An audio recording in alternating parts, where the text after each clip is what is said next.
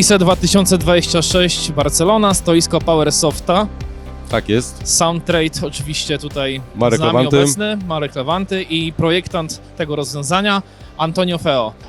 Antonio, could you tell us, in your opinion, how important the product is and what advantages are from using it? Absolutely. Thank you for the question.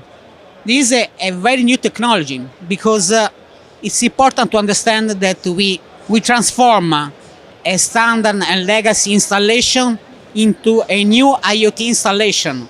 It's something that is related to the fact that you have a standard speaker line. By using the standard speaker line, you have the capability of transmitting, receiving commands from the device that are connected. So the technology is to have a data management over sound. So you transform a standard speaker, a standard device that usually are passive. You don't know anything about the status of the speaker, or you cannot communicate with the speaker, to an intelligent hub. And you have the capability, using the powers of technology, of having and controlling passive device. So it's a revolution in the standard installation of the audio. So you can compare with the IoT technology over a standard line. So it's something that could help you having information about the status, temperature, SPL monitoring, orientation of the speaker, all over IC speaker. So you know exactly which each speaker performs, and you can control each individual speaker also in IC line.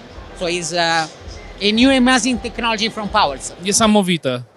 Bardzo fajna instalacja, bo możemy dzięki temu zdobyć mnóstwo wiedzy, bo tu zamontowanych jest kilka czujników, czyli możemy poznać temperaturę głośnika, możemy wykonać test, czyli znać wartość SPL-a.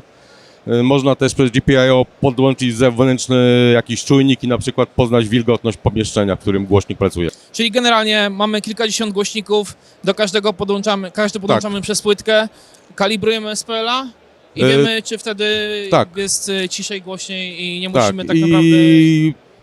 diagnostyka naprawdę zdalna. Podłączamy płytkę Harmonia Plus, czyli bezpłatne oprogramowanie, które dostarcza Czyli z również Harmonią jest PowerSoft. To jest z Harmonią. Wspaniale. Poznajemy parametry, możemy to też zintegrować z bramką i wtedy przez My Universo zdalnie nadzorować całą instalację.